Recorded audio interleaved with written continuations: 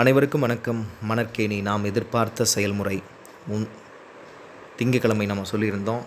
ஓரிரு நாளில் செயல்முறை வெளியாகும். எப்படி கலந்தாய்வு நடக்க போது, எப்படி அப்பாயின்மெண்ட் பண்ண போகிறாங்க அப்படின்ற ஒரு செயல்முறை மதிப்பிற்குரிய தொடக்கக்கல்வி இயக்குனர் அவர்கள் வெளியிடுவார்கள் என்று சொல்லியிருந்தோம். அதன்படி இன்று இந்த செயல்முறை வெளியாகிருக்கு. மிகவும் மகிழ்ச்சியான ஒரு செய்தி. இதில் அந்த நேரம், கலந்தாய்வு நடக்கக்கூடிய இடம் போன்றவை கொடுக்கப்பட்டிருக்கிறது. காலை, மதியம் என்று 2 வேளையும் பார்த்திங்கன்னா கிட்டத்தட்ட ஒரு நாளைக்கு 500 பேர் கலந்தாய்வுக்கு அழைக்கப்பட்டிருக்கிறார்கள். சென்னையில் தான் எல்லா கலந்தாய்வும் நடக்கவிருக்கிறது. 14லிருந்து 18 வரை சென்னையில் தான் நடக்கவிருக்கு.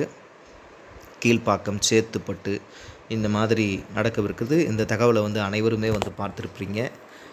மிக மிக ஒரு மகிழ்ச்சியான செய்தி இந்த செயல்முறையில் வெளியாகிருக்கு. அது என்ன அப்படின்னா, நம்முடைய முத்தமிழ் அறிஞரினுடைய புதல்வரின் திருக்கரங்களால் நீங்கள் அனைவருமே பணியாணை பெறவிருக்கிறீர்கள் அப்படின்ற ஒரு மகிழ்ச்சியான செய்தியை இந்த செயல்முறை வெளிப்படுத்தியிருக்கு. வாழ்வினுடைய ஒரு மறக்க முடியாத ஒரு மிகப்பெரிய தருணம் உங்களுக்கு அமையவிருக்கு. 23/7/2025 நேரு உள் விளையாட்டு அரங்கில் நடக்கக்கூடிய ஒரு மிகப்பெரிய விழாவில் நம்முடைய முதல்வர் அவர்கள் சமூக நீதியினுடைய காவலர் உங்களுக்கு பணியாணை வழங்கவிருக்கிறார்கள் என்ற ஒரு மகிழ்ச்சியான செய்தி வாழ்க்கையில் மறக்கவே முடியாதுங்க. கிட்டத்தட்ட 13 ஆண்டுகளுக்கு முன்பு மறைந்த நம்முடைய முன்னாள் முதல்வர் அவரினுடைய கரங்களால் முதல் ஆசிரியர் தகுதி தேர்வில் தேர்ச்சி பெற்ற ஆசிரியர்கள் அத்தனை பேருமே பணியாணை பெற்றார்கள். அன்றைக்கு பட்டதாரி ஆசிரியர்கள், இடைநிலை ஆசிரியர்கள், முதுகலை ஆசிரியர்கள் என்ற 3 வகை ஆசிரியர்களுமே மிக பிரம்மாண்டமான விழாவில் பணி நியமன ஆணை பெற்றார்கள். அந்த தருணத்தை இன்று வரை மறக்க முடியாது. அப்படி ஒரு மறக்க முடியாத தருணமாக இந்த தருணம் உங்களுக்கு அமையவிருக்கிறது அப்படின்றதே ஒரு பெரிய மகிழ்ச்சி. அத்தனை பேருக்குமே வாழ்த்துக்கள். ஒரு மிகச்சிறந்த ஒரு முத்தாய்ப்பான விஷயம் உங்கள் வாழ்வில் அரங்கேற இருக்குது. அதே போல் இந்த செயல்முறையில் நம்ம எதிர்பார்த்த ஒரு விஷயம் மிஸ் ஆகிருக்கு. அது என்ன அப்படின்னா, இந்த கலந்தாய்வில் இடங்கள் எப்படி காண்பிக்கப்படும், காலிப்பணியிடங்கள் எவ்வாறு காட்டப்படும் அப்படின்னு சொல்லுவாங்கன்னு நம்ம எதிர்பார்த்தோம். 176 ஜிஓ இந்த செயல்முறையில் எப்படி அதை பின்பற்றி பண்ண போகிறாங்க அப்படின்ற ஒரு தகவல் இடம்பெறும் அப்படின்னு எதிர்பார்த்தோம். ஆனால் அந்த செயல்முறை இந்த இதில் வெளியாகலை. ஸோ அன்றைக்கு தான் தெரியும். ஏற்கனவே பார்த்திங்கன்னா அந்த அரசாணை 2021 பிறப்பிக்கப்பட்ட அரசாணை பார்த்திங்கன்னா உங்களுக்கு தெரியும். 176 அரசாணைப்படி பார்த்திங்கன்னா புதிய அப்பாயின்மெண்ட்ஸ் இங்கே இருக்குது பாருங்கள்.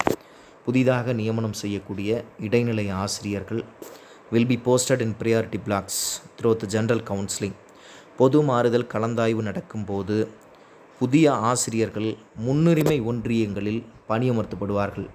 அவ்வாறு பணியமர்த்தக்கூடிய ஆசிரியர்கள் அந்த ஒன்றியங்களில் 5 ஆண்டுகள் கட்டாயமாக பணிபுரிய வேண்டும் அப்படின்ற ஒரு அரசாணை பார்த்திங்கன்னா 176 2021 போடப்பட்ட பொது மாறுதல் கலந்தாய்வை ஒட்டி போடப்பட்ட அரசாணை.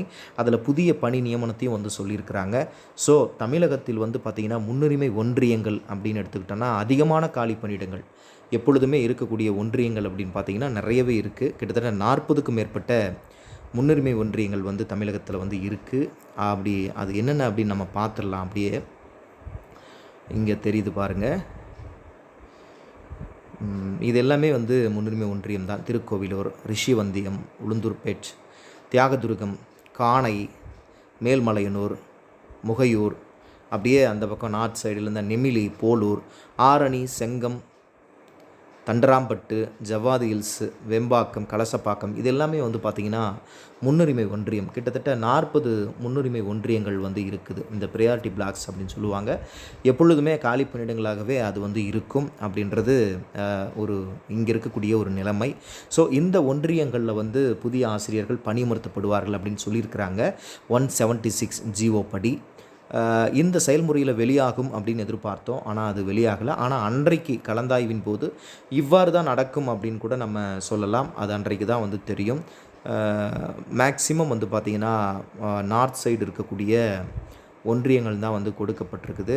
இங்கே பார்த்திங்கன்னா வால்பாறை, கொல்லிமலை, அணைக்கட், கந்திலின்றது திருப்பத்தூர் மாவட்டம், கும்மிடிப்பூண்டி, பென்னாகரம், பாலக்கோடு, இது பார்த்திங்கன்னா தருமபுரி, மத்தூர், ஊத்தங்கரை, பர்கூர், வேப்பனப்பள்ளி, கெலமங்கலம், சூளகிரி, தளி இதெல்லாம் வந்து பார்த்திங்கன்னா கிருஷ்ணகிரி மாவட்டம். செய்யாறு, கலசப்பாக்கம், வெம்பாக்கம், ஜவ்வாது ஹில்ஸ், தண்டராம்பட்டு, செங்கம், ஆரணி இதெல்லாம் வந்து பார்த்திங்கன்னா திருவண்ணாமலை. இங்கே மேலே போனீங்கன்னா போலூர், நெமிலி, திருவெண்ணைநல்லூர் இதெல்லாம் வந்து பார்த்திங்கன்னா இந்த பக்கம் வட மாவட்டங்களில் தான் வந்து வருது எல்லாமே. ஸோ ரிஷிவந்தியம், உளுந்தூர்பேட்டு பாருங்கள். ஸோ இந்த முன்னுரிமை ஒன்றியங்களில் பணி நியமனம் இருக்கலாம் அப்படின்னு சொல்லப்படுது. ஸோ இந்த ஒன்றியங்கள் இருக்கக்கூடிய காலி பணியிடங்களை நீங்கள் தெரிந்து வைத்துக்கொள்வது மிக மிக அவசியம். இன்னொரு தகவல், இன்று அதாவது திங்கள் முதல் மாவட்ட மாறுதல் கலந்தாய்வு வந்து நடந்துட்டு வருது தற்போது பணிபுரியக்கூடிய இடைநிலை ஆசிரியர்களுக்கு அப்படின்னு உங்களுக்கு தெரியும். ஸோ அந்த கலந்தாய்வில் வந்து பார்த்திங்கன்னா ஆல்மோஸ்ட் கன்னியாகுமரி, மதுரை, தேனி, திருநெல்வேலி இந்த மாதிரியான தென் மாவட்டங்கள் முழுக்க இருக்கக்கூடிய காலி பணியிடங்கள் பூஜ்ஜியமாகிவிட்டன. ஸோ அதில் வந்து இந்த ஒன்றியங்களில் எதுவுமே இல்லை. இந்த செயல்முறை அது விளக்கும் அப்படின்னு நம்ம எதிர்பார்த்தோம், ஆனால் அது இல்லை அதில். ஸோ நிச்சயமாக இந்த 40 ஒன்றியங்களில் வந்து இந்த 2000 வேக்கன்சியுமே வந்து அடங்கிடும் அப்படின்றது என்னுடைய இது. ஸோ எவ்வாறு வந்து கலந்தாய்வில் வந்து இந்த இடங்களை வந்து நம்ம தேர்வு செய்ய போகிறோம், எப்படி வந்து எந்த ஒன்றியங்களில் காமிப்பாங்க, எந்த மாவட்டங்களில் காமிப்பாங்க அப்படின்றது அன்றைக்கு தான் வந்து தெரியும். ஸோ இந்த செயல்முறை அதை சொல்லலை. மேபி இந்த 40 ஒன்றியங்களில் அந்த அரசாணையில் சொல்லப்பட்ட அந்த விஷயத்தின்படி தான் வந்து கலந்தாய்வு நடக்கும் அப்படின்றது என்னுடைய கணிப்பு. இந்த ஒன்றியங்களை நீங்கள் பார்த்துக்கோங்க. கிருஷ்ணகிரி, தருமபுரி, திருவண்ணாமலை, விழுப்புரம், கள்ளக்குறிச்சி, திருப்பத்தூர், செங்கல்பட்டு, சேலம், நாமக்கல்லில் வந்து கொல்லிமலை மட்டும் கொடுத்துருக்குறாங்க. ஸோ இதெல்லாம் நீங்கள் பார்த்துக்கோங்க. இங்கே இருக்கலாம், மேபி நிரப்பக்கூடிய இடங்கள் வந்து இங்கே இருக்கலாம். அதனால தான் தொடர்ந்து நம்ம இங்கே தருமபுரி, கிருஷ்ணகிரி அந்த இதை வந்து நம்ம போட்டுட்டோம். சார் இந்த கலந்தாய்வு நடந்துக்கிட்டே இருக்கே, வெள்ளிக்கிழமை வரைக்கும் நடக்க போதே, ஸோ இதில் மாற்றங்கள் வந்து வருமே, இன்னும் வேக்கன்சி வந்து நிறைய ஆகும் அல்லது எப்படி அதுக்குள்ளே கலந்தாய்வு முடிகிறதுக்குள்ளே நீங்கள் வந்து எப்படி இவ்வளோ வேக்கன்சி இருக்குது அப்படின்னு சொல்லிட்டு போடுறீங்க அப்படின்னா, வட மாவட்டங்களில் எந்த வேக்கன்சியும் மாறாது அல்லது இன்னும் அதிகமாகும்.